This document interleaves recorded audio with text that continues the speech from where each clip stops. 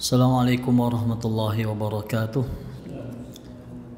Innal hamdalillah nahmaduhu wa nasta'inuhu wa nastaghfiruh wa na'udzu billahi min shururi anfusina wa min sayyiati a'malina. May yahdihillahu fala mudilla lahu wa may yudlil fala hadiyalah. Asyhadu an la ilaha illallah wahdahu la syarikalah wa asyhadu anna Muhammadan 'abduhu wa rasuluh. Allahumma salli ala Muhammad wa ala ali Muhammad kama sallaita ala Ibrahim wa ala ali Ibrahim wa barik ala Muhammad wa ala ali Muhammad kama barakta ala Ibrahim wa ala ali Ibrahim fil alamin innaka Hamidum Majid. Amma ba'du. Qala al-mu'allif rahimahullahu ta'ala wa qala Abu Hamid At-Tusi, yaitu Imam Al-Ghazali rahimahullahu ta'ala, yang bagi alla yashghala muridu nafsahu bitazwij. Imam Ghazali ini antara pandangan-pandangan yang dibantah oleh Imam Ibn Jauzi.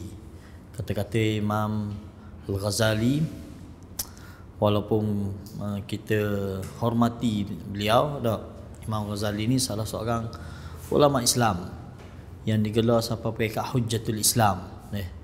Pun begitu, kita kata pandangan-pandangan yang tidak selaras dengan nas, dengan dalil, kita tinggalkan. Dalam masa yang sama, tidak kita menghina ataupun menjatuhkan kedudukan dia sebagai seorang ulama, kita tidak.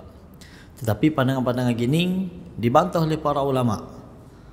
Termasuk antara yang membantahnya adalah Imam Ibn Jauzi rahimahullahu ta'ala. Dia kata, kita baca dah kata-kata Imam Ghazali ni kan, mana bagi orang yang murid, orang murid ni orang yang nak dekat kepada Allah, nak suci diri, jadi tak perlulah dia menyibukkan diri dengan nikah. Ini dia panggil talbis iblis terhadap golongan tasawuf yang meninggalkan pernikahan. Dalam Islam tak ada istilah ni, kita kata tak. Fa innahu yashghuluhu 'anis suluk, sebab bila dia nikah dia akan menyibukkan diri daripada suluk, nak menuju Allah. Seolah-olah bagi Imam Ghazali, pandangan dia, nikah ni menyebabkan sibuk kita untuk mendekatkan diri kepada Allah ataupun wa ya'nasu bi zaujah, dia akan sibuk dengan isteri dia. Wa man anisa bi ghairillah, siapa-siapa yang sibuk dengan selain Allah, syughila 'anillah, dia akan sibuk ataupun lalai daripada mengingati Allah. Ini kata-kata Al-Imam Al-Ghazali dalam Al-Ihya, dalam Ihya. Lalu Imam Ibn Jauzi jawab, dia kata, wa inni la ata'ajjab min kalamihi, sesungguhnya aku rasa pelik dengan kalam Imam Al-Ghazali dalam bab ni.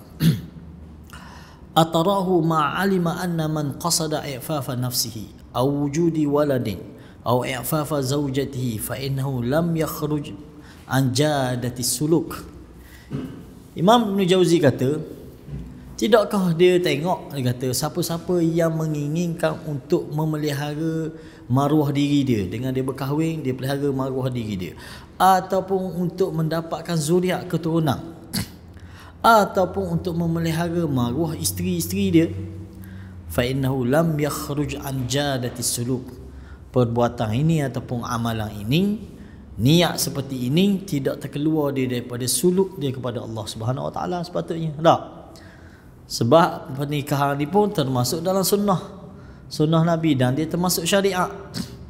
Tiba-tiba ada pandangan yang mengatakan nikah ni menyebabkan lari daripada suluk ataupun nak menyucikan diri lah. Sedangkan pernikahan juga termasuk dalam penyucian jiwa.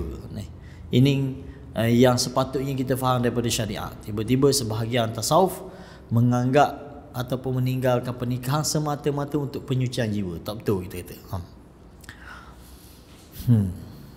Au yaral insa tabi'i bizaujah yunafi unsal qulub bi ta'atillahi ta'ala, dia kata. Wallahu ta'ala qad manna 'alal khalq biqaulihi khalaqalakum min anfusikum. Allah Subhanahu wa taala berfirman dalam ayat ni, ba'da a'udzubillahi minasyaitonir rajim, khalaqalakum min anfusikum azwajan litaskunu ilaiha wa ja'ala bainakum mawaddatan wa rahmah. Allah sendiri menyatakan bahawa Allah lah, dialah yang mencipta untuk kamu dari diri kamu sendiri, maknanya dari jenis kamu sendiri, azwajan, pasangan-pasangan hidup, litaskunu ilaiha, supaya kamu rasa tak tenang, rasa bahagia bersamanya, wa ja'ala bainakum mawaddah wa rahmah, dan Allah jadikan, Allah campakkan di antara kamu suami isteri mawaddah, rasa kasih sayang, wa rahmah, dan rasa belah ihsan. Ini Allah nyatakan, seolah-olah kata-kata pandangan sebahagian tasawuf ni menyanggahi ayat ni, meninggalkan apa yang Allah dah fitrahkan ke kita, Allah cipta untuk kita kan. Satu. Kedua, wa fil hadis sahih, Imam Ibnu Jauzi wari satu hadis sebagai galakan daripada Nabi, an Jabir radhiyallahu anhu anin Nabi sallallahu alaihi wasallam qala lahu halla tazawwajta bikra tula'ibuha wa tula'ibuka. Dalam satu hadis kisah Muaz bin Jabal, Muaz ni lepas dia nikah dia pergi temu Nabi, dia kata, ya Rasulullah, aku baru nikah. Nabi pun tanya, mun nikah janda ke anak dara? Muaz kata, aku nikah janda. Dia nikah dengan janda. Nabi tanya dia, halla bikra, halla tazawwajta bikra, apa mudak nikah dengan anak dara? Apa tujuan? Nabi sebut tula'ibuha wa tula'ibuka, mu boleh bermanja-manja dengan dia, dia boleh bermanja-manja denganmu. Bapa nikah dengan janda apa? Janda mungkin dah ada anak, ada apa kan, kena pula bekas tok lelaki lama, jenis musang, jenis apa, jadi hilanglah kemesraan tu sikit. Jadi Nabi galakkan bapa dak nikah dengan anak dara, tula'ibuha wa tula'ibuka, menunjukkan benda yang Nabi sebut ni, ini termasuk dalam suluk, ini termasuk cara mendekatkan diri kepada Allah. Dengan kita dak berhubung ataupun memelihara hubungan suami isteri, ni pun salah satu benda yang mendekatkan diri kepada Allah. Marah para ulama kita sebut apa, tak adalah ibadah yang paling panjang sekali yang kita buat melainkan daripada pernikahan. Kalau semayang berapa minit je kita semayang? 5 minit paling lama pun, macam cimi semayang, start cimi tu semayang 10 minit kita kata, 15 minit dia semayang lah, sujud dia lama apa lama kan. Tak? Puasa habis-habis lama sehari ya, dari pagi sampai ke garik. Ibadah umrah berapa kita letak? Start daripada miqat. Kalau dari Madinah jauh sikit kan, letaklah sehari semalam ke kita letak. Ataupun haji, berapa hari kita buat haji. Maknanya dalam masa yang singkat ibadah-ibadah ni. Sedangkan ibadah perkahwinan, start kita akad nikah tu sah je tu imam kata, maka kita duduk dalam ibadah sampai ke mati, ataupun sampai kita pisah dengan dia. Itu sepanjang hidup kita. Kalau kita buat dengan cara, dengan kaedah yang Nabi tunjukkan, maka kita hidup dengan ibadah. Tak? Hidup dalam ibadah. Tiba-tiba talbis iblis ke atas golongan tasawuf ni, dia tinggalkan pernikahan kerana nak sibukkan beribadah. Ini satu talbis ataupun tipu daya iblis terhadap golongan tasawuf ni. Wa ma kana billadhi yadulluhu ala ma yaqta'u unsahu billah. Adakah dia kata patut ke Nabi ajar kepada Muaz supaya putuskan hubungan dengan Allah kerana nikah dengan anak dara? Patut ke faham gitu dia kata? Imam Ibnu Jauzi kata, tak sepatutnya lah. Takkanlah Nabi ajar Muaz nikahlah anak dara tak, supaya lala sikit dengan Tuhan. Tak deh, nikah dengan anak dara ke, nikah dengan janda ke, pernikahan itu sendiri adalah salah satu benda yang untuk taqarrub ila Allah, mendekatkan diri kepada Allah. Atara Rasulullah sallallahu alaihi wasallam lama kana basitu ila nisaihi wa yusabiqu Aisyah radhiyallahu anha akana kharijan minal unsi billah, hadhihi kulluha jahalatun bil ilm. Imam Ibnu Jauzi kata lagi, tidakkah dia berpandangan bahawa Nabi sendiri sallallahu alaihi wasallam tak bermesra-mesra ataupun tak melayani isteri-isteri dia sampai mereka wa yusabiqu Aisyah, dia pernah main berlomba lari dengan Aisyah radhiyallahu anha. Adakah ini termasuk dalam golongan yang lalai daripada Allah kerana duk layan ke bini-bini dia? Dia kata tak, hadhihi kulluha jahalat, semua pandangan-pandangan ini adalah pandangan daripada orang yang jahil dengan ilmu. Jahil dengan ilmu. Jadi kita kata mendekatkan diri kepada Allah ni taqarrub ila Allah ni bukan hanya sekadar berzikir, bukan hanya sekadar beribadah mahdah. Kita kata termasuk dalam semua syariat-syariat yang Allah sediakan kepada kita, itu semua benda yang mendekatkan diri kita kepada Allah. Termasuk nikah, termasuk jual beli, termasuk apa sahaja yang kita buat sesuai dengan syariat, sesuai dengan sunnah ajaran Rasul, itu adalah benda yang mendekatkan diri kita kepada Allah Subhanahu Wa Taala. Contoh utama kita adalah Nabi sallallahu alaihi wasallam. Tak ada orang yang boleh lebih daripada Nabi. Tak. Nabi tunjuk kepada kita contoh yang terbaik untuk kehidupan beragama. Faham? Jadi antara kehidupan beragama yang Nabi tunjuk adalah perkahwinan. Tak, melayani isteri pasangan. Tak. Itu termasuk dalam syariat kita kata. Faslun wa'lam annahu idza dama tarkun nikah bi syubbani sufiyah akhrajahum ila thalathati anwa'. Imam Ibn Jauzi wari pandangan dari sudut perubatan pula. Mana-mana orang yang tinggal lama perkahwinan ataupun hubungan badan ini, tak, khususnya golongan sufiyah, syubban, pemuda.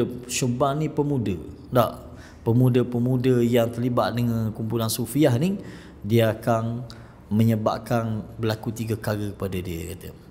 An-naw'ul awal al-maradu bihabsil ma', dia akan mendapat sakit kerana menahan lama air mani dia.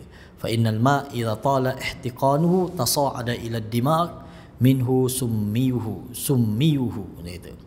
Air ni sebab kaedah dia kena keluarkan, tiba-tiba dia sipang lama membeku, menyebabkan dia naik ke otak dan dia menjadi racun pada dia. Tak, ini pandangan dari sudut perubatan lah ni. Sebab ulama-ulama dulu, walaupun dia mahir dalam bidang fiqh, mahir dalam bidang tafsir, dia orang juga belajar juga ilmu perubatan ni tak. Masuk seperti Ibn Qayyim rahimahullah ta'ala. Qala Abu Bakr Muhammad bin Zakaria Ar-Razi, dia kata a'rifu qauman kanu kathiril mani. Dia kata ni Tok Syekh ni dia pakar perubatan juga tak. Dia kata aku kenali satu kaum ataupun golongan yang dia memiliki mania pemuda, banyak air mani. Dia kata falamma mana'u anfusahum minal jima' li darbin minat tafalsuf baradat abdanuhum. Dia kata bila dia tinggal lama dia tidak berhubung badan, mana tak nikah, kerana terpengaruh dengan falsafah, terpengaruh dengan tasawuf dan sebagainya, baradat abdanuhum, dia akan menyebabkan beku badan dia ataupun sejuk, kita kata tubuh badan dia. Wa asarat harakatuhum, dan payah pergerakan dia. Wa waqa alaihim ka'bah bila sabab, dan boleh berlaku macam-macam penyakit lah tanpa sebab atas diri dia. Wa aradat lahum a'radul malihulia, ini satu penyakit disebut tak, yang akan menimpa orang yang meninggal lama. Wa qallat syahawatuhum wa hadmuhum, dan dia akan mengganggu syahwat dia dan juga mengganggu sistem penghadaman dia. Ini dari sudut perubatan lah. Qala wa ra'aitu rajulan, kata Imam Ibn Jauzi, wa ra'aitu rajulan taraka al-jima' fa faqada syahwat at-ta'am. Aku tengok ada orang yang meninggal lama berhubungan badan ni, maka akan hilang syahwat ataupun keinginan makan dia. Wa sara in akala al-qali lam yastamirhu wa taqayyahu, sehingga sampai perekat dia makan sikit pun menyebabkan dia mutah dan hilang selera makan dia. Falamma ada ila adatihi minal jima' sakanat anhu hadhil a'rad sari'an. Bila dia berhubungan badan balik, maka datang balik syahiyah dia ataupun keinginan nafsu makan dia dengan segera, dia kata. Ini benda pertama yang dia hadapi. Dia kata an-naw' tsani al-firaru ila al-matruk fa inna minhum khalqan kathiran sabaru tarakan nikah fajtama al-ma' fa aqlaqa fatazawwaju wa labasu min ad-dunya ad'afa ma farru minhu fakanu kaman atala al-ju' thumma akala ma taraka fi zaman tasabbur. Dia kata ataupun yang kedua yang akan berlaku, dia tinggal ni kerana tasawuf dia ni, kerana suluk dia ni tak, Tiba-tiba bila tinggal lama tak tahan sangat, dia kembali balik, dia lebih dahsyat lagi daripada hak biasa. Tak? Jadi gitu. Dia kata. Wala basu minad dunya adhafa, lalu dia tinggal terus suluk dia, tinggal terus. Zikir-zikir dia mana duk sibuk bening dah lah. Fakanu kaman atalal ju', seperti umpama orang yang lama kelaparan, tiba-tiba bila temu makanan, habis ngepinggang-pinggangnya kamu. Tak? Thumma akala ma taraka fi zamani tasabbuh. Ini berlaku nau' yang kedua, jenis yang kedua. Ataupun yang ketiga, an-nau' thalith al-inhirafu ila suhbatis sibyan. Ni jahat lagi ya. Tak? Mana tinggal tak sini kau kita suluk tak? Kita nak mendekatkan diri kepada Allah. Lah tak nikah pergi cari budak. Istilah bahasa Arab kita panggil amrak, budak yang masih tak berjanggut, mana rupa comel lah. Fa inna qauman minhum aisu anfusahum minan nikah fa aqlaqahum ma ijtama'a indahum fasaru yartahuna ila suhbatil marat ataupun amrat. Dia dak puan dak tengok tapi tidur dengan budak semua. Ini penyakit deh. Sebab itulah kita kata fitrahnya adalah berpasangan. Ini kita sebut ni bagi orang yang ditinggal nikah ni kerana tasawuf, kerana mendekatkan, tak, kerana atas ada alasan taqarrub ila Allah, gitu dia tinggal. Ni salah, kita kata fahaman ni salah. Okey. Faslun wa qad labisa ala qaumin minhum tazawwaju wa qalu inna la nankihu syahwatan fa in aradu anna al-aghlab fi talabina an-nikah iradatu sunnah jaza wa in za'amu annahu la syahwata lahum fi nafsi an-nikah fa muhalun zahir.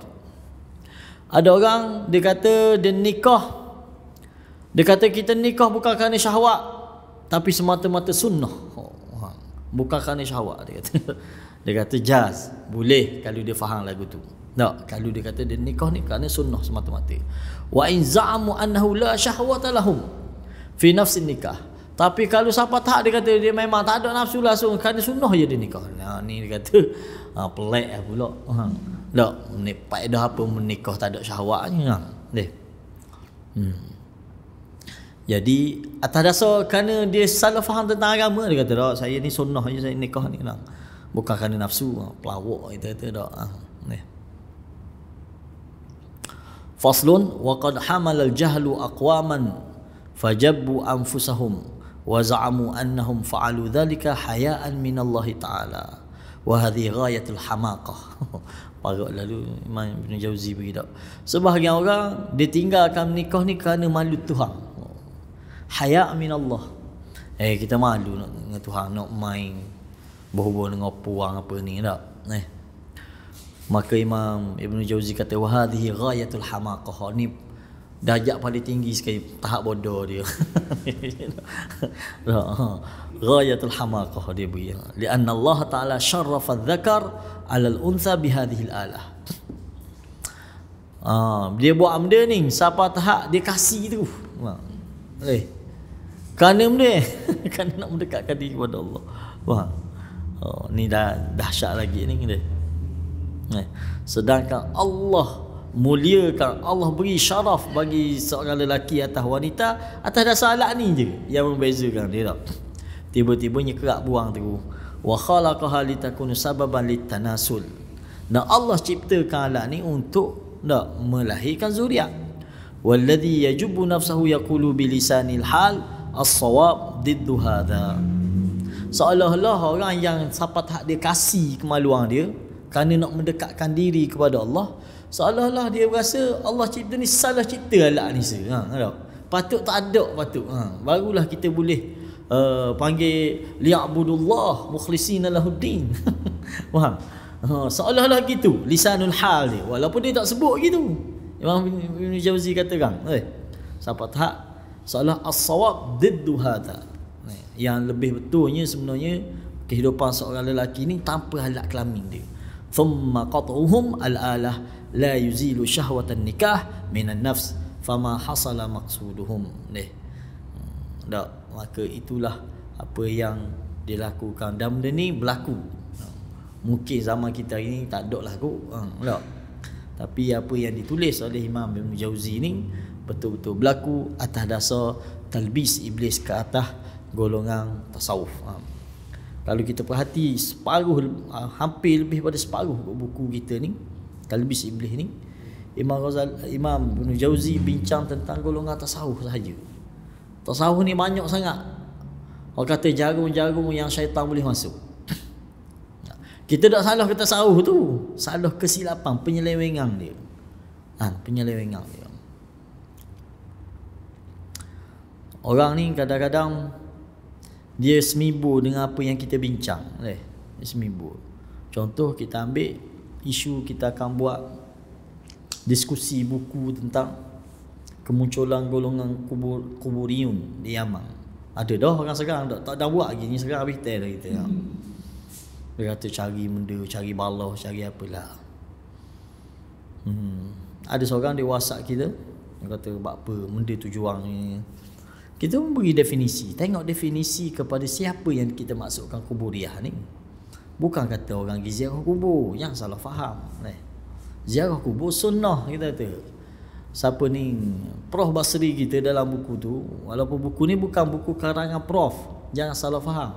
Tak, setengah orang dia kata, oh, Prof Basri tak layak tulis buku ni sebab dia tak pernah pergi pun Yaman, dia kata. Kita katalah bukan Prof Basri yang tulis, Prof Basri hanya terjemah daripada buku salah seorang ulama Yaman yang tulis buku tu. Jadi pensabahlah kita kata. Dan dalam buku tu awal sekali dia beri definisi dulu siapa yang kita masukkan kuburiah. Golongan yang melampau dalam memuja kubur. Siapa pun dia salah bila dia melampau dalam memuja kubur. Sedangkan nak ajaran kita tentang kubur ni, Nabi ajar kita ziarah. Tak kira kubur siapa pun. Sunnahnya adalah ziarah kubur. Benda buat mendoakan si mati. Benda buat mengingati kematian. Tak lebih pada tu. Tiba-tiba kita wari pakej-pakej yang Nabi tak ajar, bila kita tegur ni pemecah belah umat. Tak, sila ambil tindakan. Parah dia. Tak, kita macam Imam Ibn Jauzi. Bila kita baca tak, dia sebut bukan dia pukul, katok, saya tasawuf, bodoh-bodoh. Tak, benda-benda yang menyeleweng yang dia faham. Contoh, tinggal nikah. Kalau nikah, lalai daripada mengingati Allah lah. Siapa ajar gini? Tak. Ini rohban. Apa yang dia ajar di dalam agama-agama sebelum Islam. Agama Kristian ajar benda ni. Islam tak pernah ajar rohbaniyah. Islam tak pernah ajar mana tinggal dunia, tinggal. Tak, yang ada dalam agama Kristian ada. Padri-padri dia tinggal perkahwinan. Tak, sister-sister dia tinggal perkahwinan. Sehingga dia diberi mimpi nikah dengan Nabi Isa. Mimpi kau ni tengok kisah-kisah puak Kristian ni. Memang mimpi satu, mimpi yaqazah. Dua mainan penting golongan padri, golongan gereja ni. Hak ni mimpi dia dah dilamar oleh Nabi Isa. Sebab tu dia dah nikah. Dia tunang dengan Nabi Isa macam-macam pasal. Itu berlaku tak? Begitu kat agama Buddha pun sama, dia tinggalkan perkahwinan, dia tinggal atas dasar amal soleh dia. Nak beramal, nak dekat dengan Tuhan, lalu ditinggalkan dunia, dia tinggalkan pakaian resmi dia sahaja. Islam tak pernah ajar gitu, Nabi tak pernah ajar gitu kita. Tak. Mana-mana orang yang faham Islam ni dengan betapa dengan benda kita kata tak ada dalam Islam. Kaedah konsep betapa, konsep tinggal dunia tak ada dalam Islam. Habis kita dalam bab nikah deh. Bab yang sebenarnya zikru talbisi iblis ala sufiyah fi tarki talabil walad. Menyebut tentang tipu daya iblis terhadap sebahagian golongan sufi yang meninggalkan untuk mendapat anak. Talabul walad. Tak mahu anak nak mendekatkan diri kepada Allah. Akhbarana Muhammadan ibn Nasir wa ibn Abdul Baqi qala akhbarana Hamd bin Ahmad qala amba'ana Abu Nuaim Ahmad bin Abdullah. Dalam tu tak ada diwari sanad di sini. Kita ringkaskanlah. Qala sami'tu Abu Sulaiman Ad-Darani yaqulu alladhi yuridul walad ahmaq la lid dunya wala lil akhirah. In arada an ya'kula aw yanam aw yujami' naghasa alayhi wa idza arada an yata'abbad syaghalahu. Dia kata ni riwayat daripada dua Muhammad bin Nasir dan juga bin Abdul Baqi. Golongan sufi lah ni. Dia kata aku dengar Abu Sulaiman Ad-Darani. Dia kata alladhi yuridul walad, orang-orang yang berkeinginan untuk mendapat anak ahmak, dia kata bodoh. La lid dunya wala lil akhirah. Tidak untuk kerana dunia dan juga tidak juga untuk akhirat. Sekiranya ada anak, dia nak makan pun terganggu, nak minum pun terganggu, nak bersama isteri pun terganggu, dia kata wa idza arada ayat ta'abbad syaghalahu. Begitu juga kalau dia nak beribadah kepada Allah, anak menyibukkan dia. Anak-anak ini akan menyibukkan dia. Akhrajahu Abu Nuaim fil Hilyah. Ini diambil daripada apa? Kitab Hilyah. Qala al-musannif, kata Imam Ibn Jauzi, qultu hadha ghalatun wa bayanuhu annahu lamma kana muradullah ta'ala min ijadi dunya ittisala dawamiha ila an yanqadiya ajaluha wa kana al-adamiyyu ghayra mumtaddil al-baqa' fiha illa ila amadin yasir akhlafa Allah ta'ala minhu mithlahu fahathahu ala tasabbubihi fi dhalik. Imam Ibn Jauzi kata ini satu kesilapan dalam memahami tak boleh ada anak ni menyibukkan dia daripada ta'abbud, beribadah kepada Allah. Sedangkan Allah jadikan kita ni ajal kita tak lama, tak panjang kehidupan kita ni. Dan kita tidak kekal di atas muka bumi ni. Oleh kerana itu akhlafallahu ta'ala minhu mithlahu. Oleh kerana itu Allah fitrahkan kepada kita ni mendapat zuriat yang boleh meneruskan segala kebaikan kita. Dengan ada zuriat ni, pahala kita boleh berpanjangan walaupun kita dah mati dah. Kita hanya boleh hidup 60 tahun, 70 tahun. Tetapi dengan adanya zuriat keturunan, maka seolah-olah kita hidup berterusan sekiranya dia meneruskan kebaikan-kebaikan kita. Sebab tu kita mohon sangat doa supaya diberi waladun salih, anak salih yang akan meneruskan pahala kita. Dalam doa kita bila kita sembahyang jenazah, antara doa yang mudah kita doa, Allahumma la tahrimna ajrahu. Ya Allah, jangan kau putuskan, jangan kau haramkan kita meneruskan pahala si mati ni. Si mati ni ayah kita ke, si mati ni tok kita ni, kita akan teruskan pahala dia. Ini antara hikmah, maknanya dengan ada anak meneruskan ibadah kita walaupun kita dah mati. Tiba-tiba salah faham yang ghalatnya, tersalahnya golongan tasawuf sebahagian. Yang faham ada anak ni sibuk, tak ada nak ibadah, tak ada nak zikir. Kalau boleh zikir 10,000 sehari, sibuk anak hok ni kecing, hok ni nak tukar pampers, hok ni nak atas sekolah. Tiba-tiba memutuskan hubungan dia dengan Allah. Itu kesilapan Imam Ibn Jauzi kata.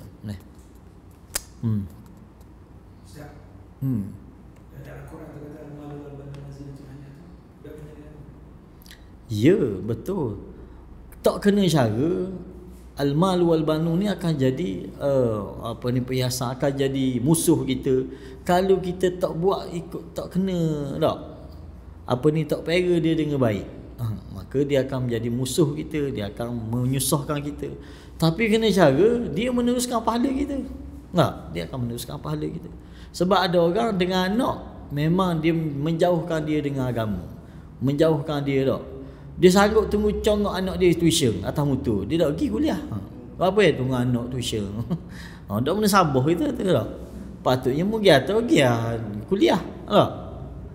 Siapa tahap, siapa tak boleh pergi masjid surau. Itu kesilapan dia lah dalam mengurus, mentadbir kan.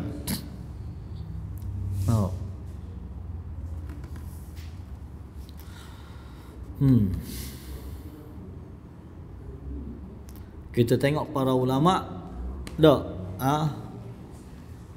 mereka zuriat keturunan mereka ni meneruskan penerusan hak ilmu-ilmu lah. Kita tengok Ibn Taymiyah. Ibn Taymiyah ni dia ada dua orang. Ibn Taymiyah hak pertama, Ibn Taymiyah Al-Jad dia panggil. Kita tak apa kenal tapi tu alim besar juga sebenarnya. Hak masyhur Ibn Taymiyah hak yang kontroversi ni kan. Tapi tok dia adalah seorang yang alim. Dia kalau ada kitab dia tulis Ibn Taymiyah Al-Jad. Hak tu tok dia panggil. Ibn Taymiyah.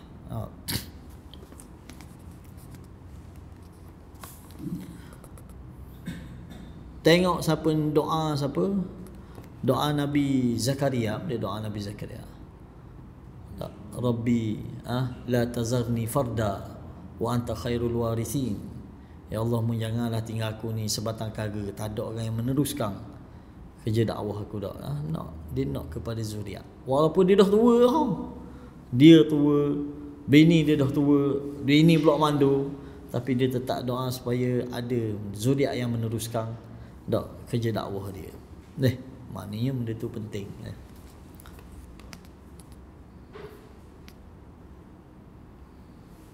Okey.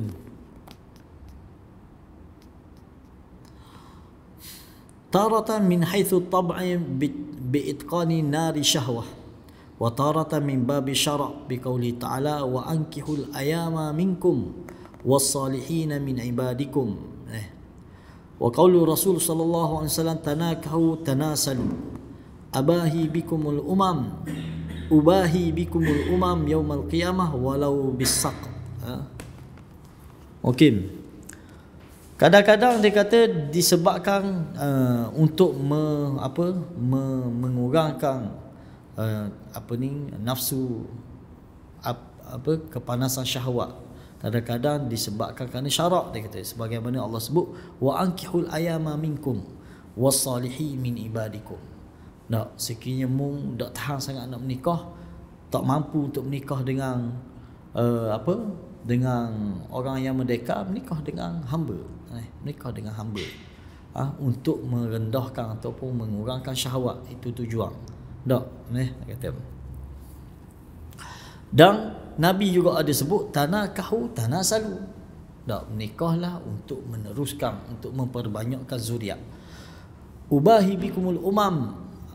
Nabi kata aku berbangga dengan kamu nak dibanding umat-umat lain kerana ramainya keturunan ataupun ramainya umat. Nabi nak kita ni meramaikan umat. Supaya Nabi nak dia adalah Nabi yang paling ramai sekali umat. Walau bisaq, walaupun dengan anak keguguran sekalipun pun dikira dapat dah pahala meramaikan umat. Meramaikan umat. Waqad talabal anbiya alaihimus salatu wassalam ala aulad. Kalau kita perhati, semua para anbiya, nabi-nabi semua nak minta dengan Allah nak dapat zuriat keturunan. Tak ada nabi minta ya Allah biarlah aku seorang. Tak ada. Semua minta zuriat keturunan. Hak pada kita adalah Nabi Zakaria dengan Nabi Ibrahim alaihi salam. Wa tasabbaba salihun ila wujudihim. Dan begitu juga orang-orang soleh. Wa rubba jima'in hadatha minhu waladun kasyafi'i wa Ahmad kana khairan min ibadati alfi sanah. Kadang-kadang disebabkan jima' tu melahirkan anak yang seperti Imam Syafi'i, Imam Ahmad. Maka itu lebih baik daripada ibadah 10,000 tahun, 1,000 tahun. Tu tak? Kita melahirkan anak. Kalau kita di Malaysia agak lahir anak macam ke Tok Guru Ni Aziz. Gua negama. Besar pahala ayah dia tak? Disebabkan benda ni, disebabkan perhubungan badan dia. Disebabkan tarbiyah dia. Mana ini satu pahala yang besar gitu. Tak? Kita tengok almarhum Tok Guru Haji Abdul Rahman. Ayah pada Tok Guru Basik kita. Setara mana anak-anak dia lahir ni. Tak? Ni gini masya-Allah. Tak? Kita boleh sebut orang matilah. Nampak? Kita tengok Imam Syafi'i. Setara mana dia punya jasa dia, Imam Ahmad. Wa qad jaa al-khabar bi ithabati al-mubadi'i wal munfiq 'ala al-aulad wa man yamutu lahu walad wa man yukhallifu waladu ba'dahu. Dan banyak hadis-hadis yang menceritakan tentang kelebihan, tentang ganjaran pahala bagi orang yang menafkahkan kepada anak-anak. Begitu juga ganjaran pahala bagi orang yang anak dia kematian anak. Kematian anak. Wa man yukhallifu waladan ba'dahu, dan orang-orang yang mewarisi dia selepas dia anak-anak selepas dia. Faman a'rada an talabil aulad faqad khalafa al-masnun wal afdal. Barang siapa yang mengelak daripada menuntut ataupun menginginkan anak ni dengan menikah, dengan berhubungan badan ni, maka dia telah menyanggahi sunnah dan juga menyanggahi benda yang afdal, benda yang meneruskan pahala untuk dia. Ini masih lagi berkait dengan talbis terhadap sebahagian sufi berkaitan dengan menikah, berkaitan dapat zuriat keturunan. Wa innama yatlubu tariqa rahah. Sesungguhnya orang lagu ni dia telah mengambil jalan nak berehat saja je, daripada sunnah kehidupan ini, fitrah yang Allah tetapkan kepada kita. Akhbarana Umar bin Zafar qala akhbarana Ja'far qala sami'tu al-Junayd yaqulu al-aulad uqubatu syahwatil halal fama dhannukum bi uqubati syahwatil haram. Imam Al-Junayd ini salah seorang tasawuf juga. Dia kata benda anak-anak ini adalah balasan daripada syahwat yang halal. Kita melahirkan anak kadang ni gini, kau ni gini, kerana ni balasan dia kerana mu telah mendatangi syahwat halal, dia kata. Fama dhannukum bi uqubati syahwatil haram. Apa pandanganmu dia dak sangka tentang uqubah ataupun balasan bagi mu datangkan syahwat yang haram? Manim zina lah. Ni mu hak halal ni tiba-tiba boleh anak mu susah kena pera pula, nafkah pula, kena atas sekolah kena. Ini dia panggil uqubah dia bagi. Apa maksud dia? Maknanya seolah tidak menggalakkan sangatlah. Qala al-musannif qultu wa hadha ghalat. Imam Junayd ini salah seorang ulama besar juga dan dia tasawuf dia. Nah, ini kata-kata ini ghalat, dia kata. Sama macam kita lah, malam pertama nikah, masa akad nikah. Benda biasa terimamkan sebut masa akad nikah. Biasanya ada satu hadis yang sangat dhaif yang disebut-sebut. Benda disebut biasa. Abghadul halal 'inda Allah at-talaq. Benda tu pertama. Padahal kita baru akad nikah ni. Tak boleh sebut hadis tu sebenarnya. Pertama hadis tu dhaif. Abghadul halal 'inda Allah at-talaq. Perkara halal yang paling Allah benci. Macam mana benda halal tapi Allah benci? Dak ke pelik, benda yang bercanggah kontra dia. Abghadul halal 'inda Allah at-talaq, dia kata. Perkara yang paling Allah benci, perkara halal yang paling Allah benci adalah talak. Lah, talak ni salah satu penyelesaian Islam. Bayangkan kalau nikah tak ada talak, gimana kamu? Hai, hak itu rasa. Kita tak boleh dah, boleh bini jenis tiap bau macam tu. Tak boleh nak duduk kita dekat. Nak gimana? Contoh kita tidak. Maka penyelesaian dia, penyudah dia adalah talak. Tak? Ini penyelesaian Islam. Kemuncak dia.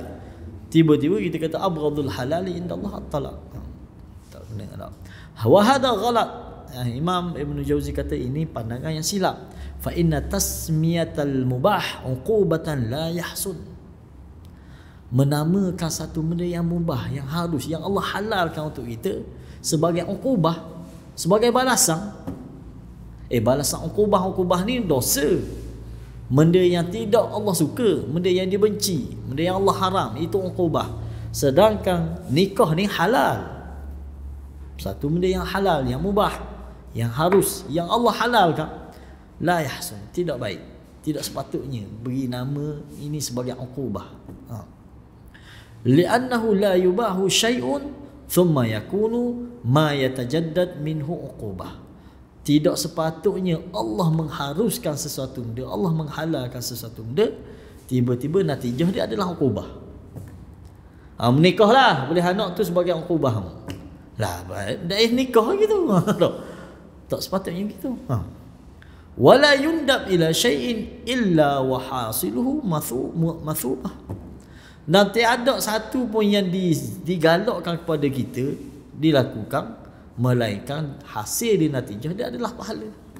Tak? Nikah satu benda yang Nabi galakkan kita nikah. Tak? Nabi kata siapa tak mau nikah? Tak?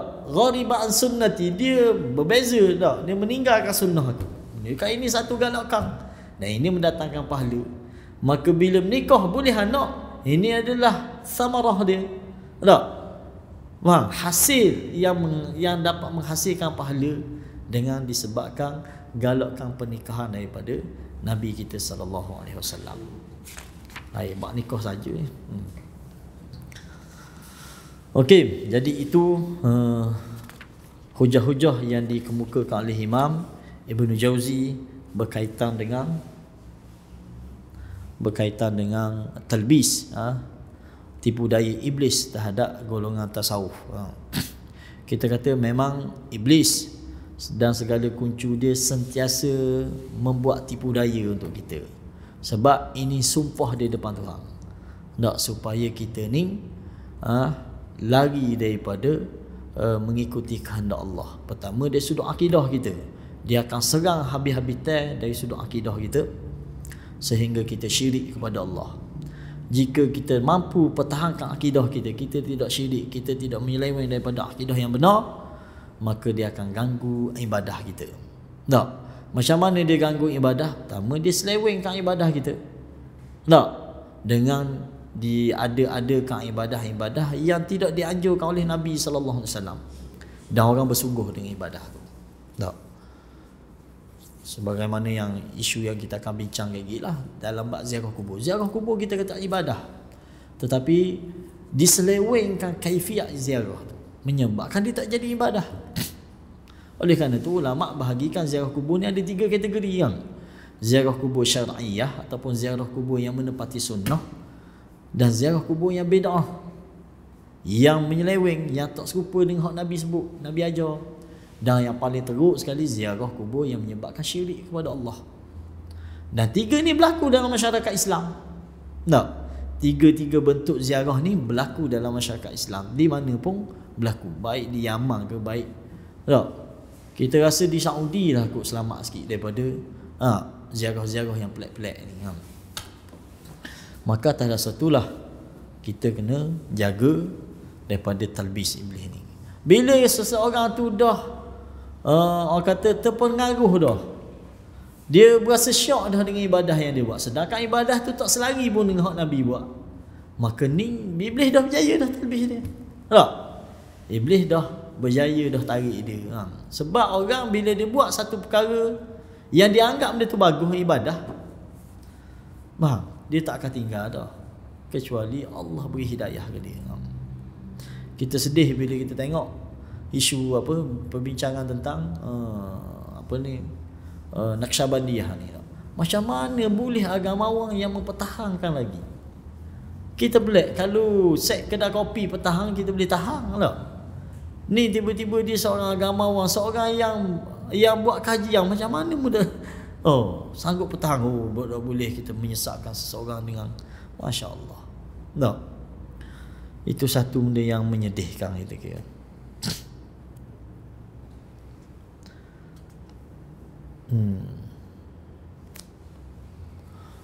Abas itu kita boleh. Bapak Ustaz ni lepas ni tajuk masuk tentang zikru talbisi iblis ala sufiyah fil asfar wasiyahah. Talbis iblis terhadap golongan tasawuf, tentang musafir dan juga tentang siyahah, tentang perjalanan. Sampai situ, kok ada soalan sila.